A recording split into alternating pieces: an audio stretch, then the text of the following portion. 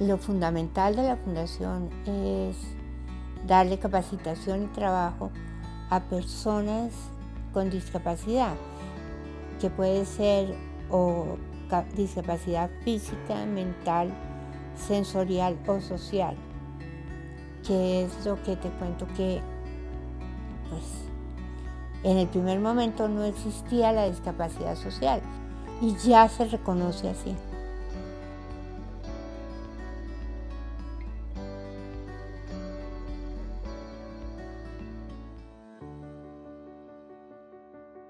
Mi nombre es Claudia Gaitán de Caballero. Yo soy la fundadora, la jefe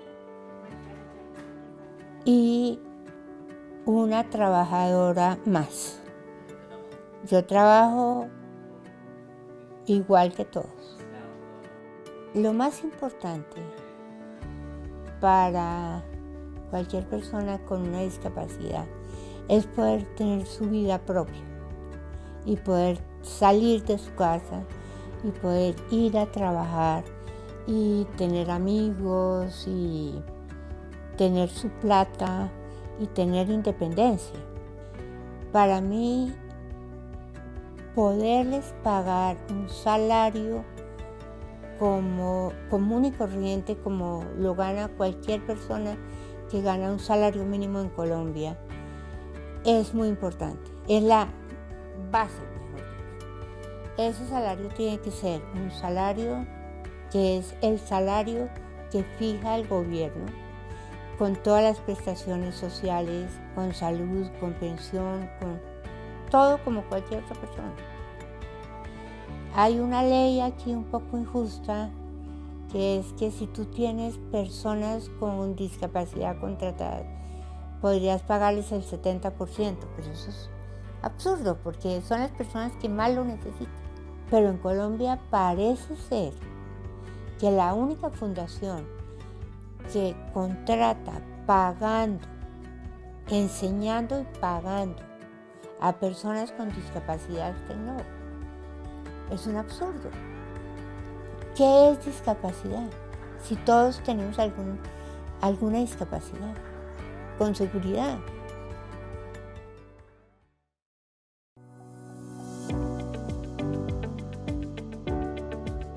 Mi nombre es Eduardo Gaitán, yo soy Project Manager en Fundación Proyectos Tecnovo. Lo que hago básicamente es diseñar productos para venderlos a nuestros consumidores, pero pues hacemos un proceso pues más complicado porque hacemos también un proceso, digamos, de ver lo que están ofreciendo nuestros competidores, pero también nuestros clientes que están necesitando, que está de moda, y empezamos a desarrollar los proyectos desde el principio y hacemos toda la escala de desarrollo del producto hasta final, hasta entregárselo al cliente. Nosotros vendemos productos manufacturados en 5 líneas de trabajo. Una es cerámica, desde el principio los moldes, el cocinado, todo el proceso de cerámica. Velas, también todo el proceso de velas. Hacemos también temas de madera, tema de esencias florales que también hemos desarrollado, por ejemplo, jabones o cosas así. Y también tenemos dentro de la organización la posibilidad de hacer confección de cosas en tela, de delantales, todo eso. Y pues tenemos los equipos para todo eso y el network para desarrollar cualquier producto en esos 5 talleres.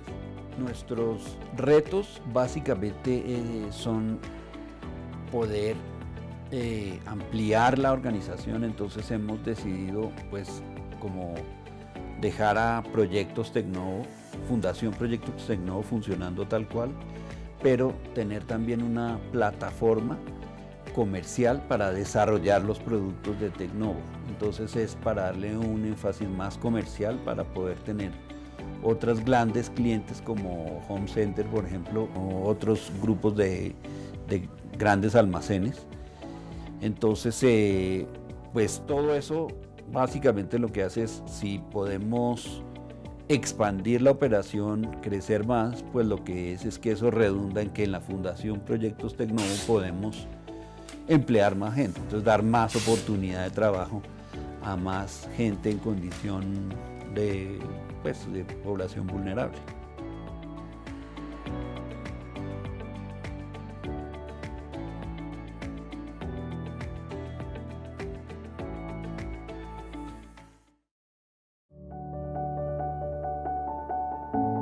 Tecno significa una oportunidad.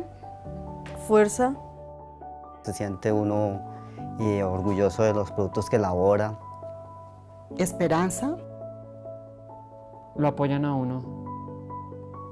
Creación. Trabajo. Amor. De mucha ayuda para todos. Proyecto Tecnovo es una ayuda que le da uno a todos los incapacitados, ya sea ejército o paramilitares. Lo primero que le digo es una oportunidad para gente discapacitada sobre todo. Bueno, a mí me gusta lo que le digo, la creación de cosas, lo que se puede hacer, lo que se puede inventar, cualquier cosa que se tenga en mente, ¿sí? Se puede realizar. Ha sido una forma honesta de uno ganarse la vida, de conocer, de como capacitarse uno en realizar una labor, un arte. Para mí es una manera como de ayudar a aquellas personas que piensan que no lo pueden, pero pueden más de lo que saben hacer.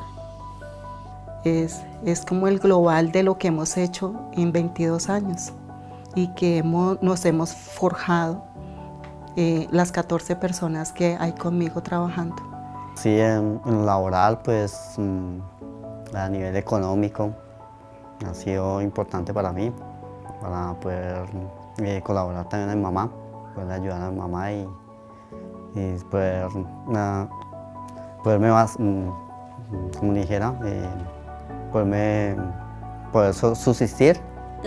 Pues me ha cambiado, pues obviamente pues que estoy trabajando, pues ayudo a mi familia. Como te digo, ya cuando quiero hacer algo, sé que estoy ganando un dinero y ahorro para conseguir las cosas, no como antes que había que o pedir plata o pedirle al papá. Es muy satisfactorio trabajar acá. Una ayuda muy incondicional para mucha gente. Lo ha sido y lo seguirá siendo. Eso es lo que yo admiro de acá, de Tecnovo.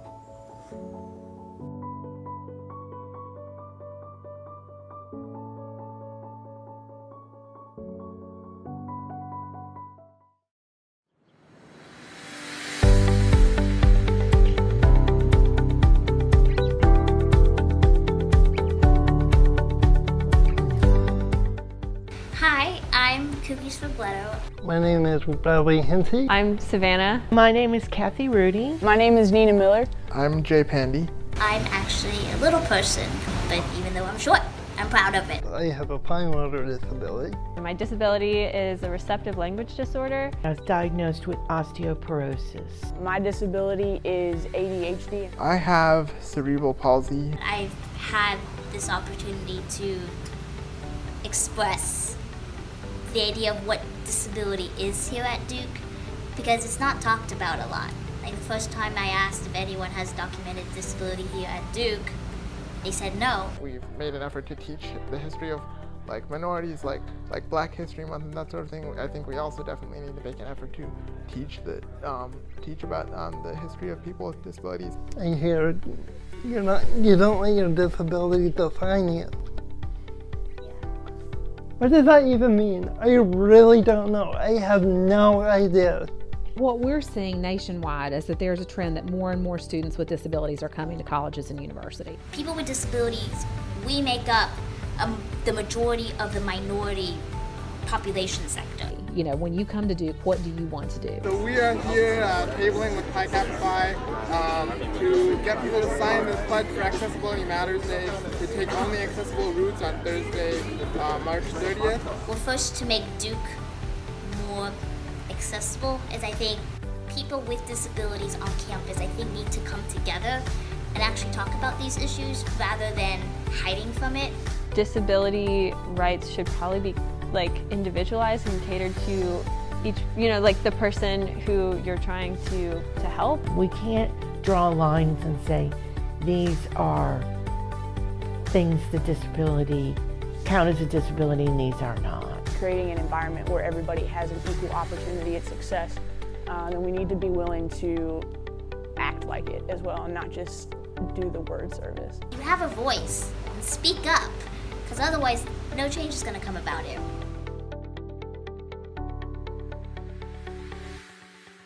To many people, a sidewalk is the way to get around a city, but to others, a sidewalk can cause obstacles to get around. If a sidewalk doesn't have a curb cut, which is essentially a small ramp on or off the sidewalk, someone with a mobility disability who uses a cane, wheelchair, motorized scooter, or walker can neither cross the street safely nor cross at all. Curb cuts sometimes have textured areas that alert people with vision impairments that the sidewalk is transitioning into the street. Wall set up, I'm officially the bionic woman. Here in Seattle, we took our cameras out and found that not all sidewalks in Seattle are safe for people to use. Really?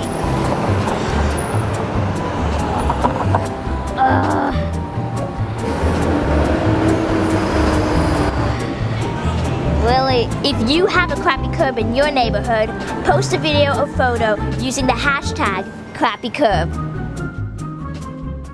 Curb cuts are ramps from the sidewalk to the crosswalk that allow people with mobility disabilities to cross the street safely. But sometimes, cities only install one curb cut for two crosswalks. The one curb cut is not within the painted lines of either crosswalk. This causes people with mobility disabilities to travel into oncoming traffic.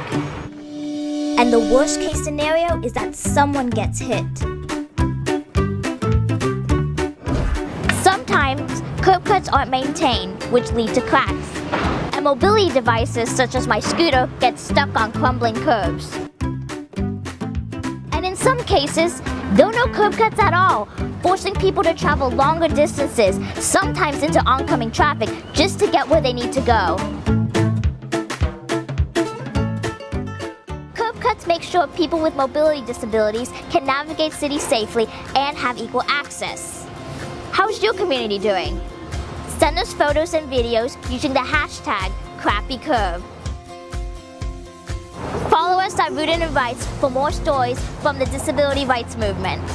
Disability rights are human rights. Rooted in rights.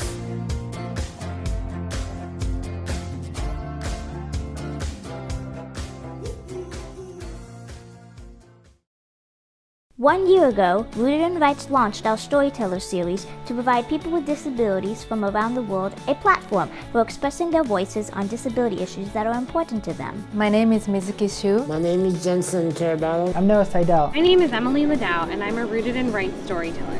And now you too can be a storyteller. Hi, I'm Cookies Robledo, and I'm the coordinator for the Rooted in Rights Storyteller series. I work with our storytellers to develop their ideas into scripts, then send them a video kit that includes everything they need to shoot and host their own videos. Our team of professionals takes care of the editing and graphics, so there's no experience necessary, just a passion for disability rights. To submit an idea for our Storyteller series, film a 1-minute video describing your story and idea. Videos must include answers to the following questions. 1. What is the issue you'd like to discuss? 2. Why is your issue or story important and how does it relate to disability rights? 3. Why are you the right person to tell the story? 4. Who is your audience? 5. What is your call to action or what do you want your audience to do after they watch your video? Don't worry about making it look professional or fancy. You can easily use a smartphone, a laptop, a camcorder, or any filming device you have available. After you're done filming, upload your video to YouTube and make your link either public or unlisted. Include the link in the submission form at rootedinrights.org/filmyourstory. If you're having trouble accessing the form, email your video to storytellers@rootedinrights.org. The deadline to submit your idea is August 7th at 11:59 p.m. Eastern Time. We are so excited to hear all of your great ideas, and we cannot wait to get to work with our next storytellers. So I think it's really tough to be a little person in the job force. I think it's important for, the LP community as a whole to really not undervalue our capabilities and the things that we can do with our careers. Hi, my name is Cookies Robledo, and today I want to talk about an issue that is very personal to me. As you may have noticed, I am a little person. Specifically, I have spondyloepimetaphyseal dysplasia, otherwise known as SEMD for short. Because of our short stature, some little people are sometimes stuck in jobs that reflect our short size predominantly. These include jobs such as Christmas elves at the mall or entertainers who are often perceived as sexualized micro-versions of famous celebrities, such as Mini Gaga or Mini Britney Spears. Now, I'm not saying that taking these jobs is a bad thing, but rather we can have any job in the world and we do not have to settle. Recently, I had the opportunity to speak with the stars of TLC's The Little Couple and get their thoughts on the challenges little people face in the workforce. My name is Bill Klein. I am an entrepreneur. My name is Jennifer Arnold, and I am a neonatologist, but I'm also a simulation educator, and so as a physician, I primarily do education now. There's a lot of labeling that goes on that takes our stature and puts us into a bucket of you can either be in entertainment or you shouldn't be doing work. So when I was a candy striper volunteering in the ER, I was checking in on a couple, older couple, and they said to me, "You're working here?" I said, "Yeah, I'm volunteering this summer and I'm planning to go to medical school." And they said, "Oh, why would you go to medical school?" I said, "Well, I want to become a doctor." And they said, "Well, don't you juggle or play the piano or, do some type of entertainment?" And I was like, no. Wow. So you're not a good juggler. No. I graduated at NYU with a degree in biology. I went out into the workforce and I started applying for jobs. There was a lot of resistance, both because my appearance wasn't what they were looking for, and I wasn't prepared. I would say the first thing you need to do is know that you have value that you're bringing to your prospective employer. The second thing is you need to address it if people are being shy. You need to outwardly address the concern that they might have. It's not an obligation, but I think it's something that helps you be more productive so that you can take that issue, disarm them, and move on. There is more awareness out there. However, that does not mean that little people are necessarily treated equally in the workforce. We still have a long way to go. Whether a little person is a student like myself, a neonatologist, a TV star, a business person, a lawyer, or even a stay-at-home parent, we all have something in common. We deserve the right and equal opportunity to work hard for the job that we deserve. Written and directed by Cookies Robledo. Thanks to Bill and Jen. For more stories from the disability rights movement, visit rootedinrights.org or follow us at Rooted in Rights on Facebook, Instagram, and Twitter, and Rooted in Rights video on YouTube. It's about that time to start thinking about graduation, and boy do I have a story to share about my own. Cookie smiles and gives a thumbs up in cap and gown. I'm Cookies Robledo, and I had a difficult experience with my college graduation in 2017. Cookies and two friends smiled together in cap and gown. I had my cap and gown ready. Duke University football field. I knew our graduation ceremony was supposed to be held on the football field, but I didn't realize that it was supposed to rain that day. Cookies using her motorized scooter. Normally I use a motorized scooter to travel long distances, and so I was planning on using it at my ceremony because I was going to have to walk the length of a football field. Panicked because my scooter's battery was short-circuited if it gets wet, I contacted the disability office to see if they had a solution. Their first response was, "I imagine the main ceremony will be out, because we don't need you to short-circuit." Basically, because they didn't want to move the ceremony inside, I was not going to be able to attend my own graduation. What? I was completely shocked by their response. The last thing I wanted was to be segregated, isolated, and not graduate with my whole class. I was angry. So, if you're a student with a disability, you're going to come across issues like this and some others. Here are a few tips based on my own experience to not only ensure that this doesn't happen to you, but to also educate your school on how to properly accommodate. Tip number 1, know the locations of your ceremonies. Photo of Cookies amidst a crowd of her fellow graduates. Make sure that you know where you need to be and that these locations have the accommodations you need. Tip number 2, write to your disability office and your administration. When you sign up for your graduation, write to your disability office 6 months before graduation. Make sure you explain what accommodations you need so you can participate alongside everyone else. Which brings me to tip number 3. If the disability office doesn't come up with a solution, start giving ideas of your own.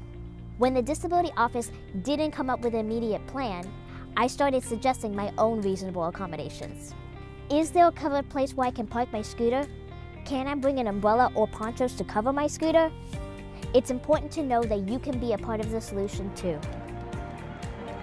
Cookies rides her motorized scooter in her graduation procession. Luckily, I was blessed with sunshine on the day of my graduation, and I was able to attend. Graduation is a time for celebration. Always fight to be included in any ceremony with your friends, because you have the right to participate in your graduation. Cookies celebrates in cap and gown. Congratulations, future grads! For more videos from storytellers like me, check out rootedinrights.org, and to find out how you can support the Storyteller series, visit patreon.com/RIRstorytellers and follow us on Facebook, Twitter, and Instagram. Written and directed by Cookies Robledo. Special thanks to Karen Zaria, Lauren Sibley, and Lauren Hagedorn. The Administration for Community Living, ACL, provided federal funding for the cost of producing this video, award number 1701WAPADD. The contents are the sole responsibility of Disability Rights Washington, the parent organization of Rooted in Rights, and do not necessarily represent the official views of ACL. State of the Organization, February 2018, with John North. Hi, I'm John North and I serve on your board of directors at LPA. First of all, I need to share that my family threatened me that I had to keep this under 3 minutes. So, here goes. This is LPA's second State of the Organization address. These monthly updates are a great way for us to communicate all the wonderful things that LPA is doing. This month, I'm going to talk about our international partnerships as well as the band Nickelback. In October, we celebrate International Dwarfism Day. Brenda Martinez, who is the founder and chapter president of LPA Puerto Rico, she attended Look People in Mexico conference this summer, and I'm thrilled to say that she strengthened our already strong relationships with LPM. So thank you, Brenda. Also, LPA's medical resource liaison, Erica Openfuss, and myself attended an international dwarfism conference in Madrid, Spain. Our trip was planned and paid for by that local Spanish organization, so thank you. We listened, we learned, and we had a chance to share LPA's message of dwarf pride. We also shared with the international medical community that they shouldn't be so focused on trying to fix height, rather they should focus on quality of life issues, so things like spinal stenosis or early onset arthritis. 1 more minute! It was a great experience, and no matter what our other differences, we have this shared common experience. It reaffirmed to me that we're not alone in our advocacy efforts and that we need to continue to rock our dwarf pride. My last point, speaking of rocking our dwarf pride, I hate the band Nickelback. And so if LPA can raise $5,000, I will listen to 10 hours of Nickelback. I'm through with standing in line, the clubs I'll never get in. It's like the bottom of the ninth and I'm never gonna win this. Have I mentioned how much I hate Nickelback? So when you support LPA, you not only support our current membership, but you also support new parents who are just getting a diagnosis. I hope you support LPA generously.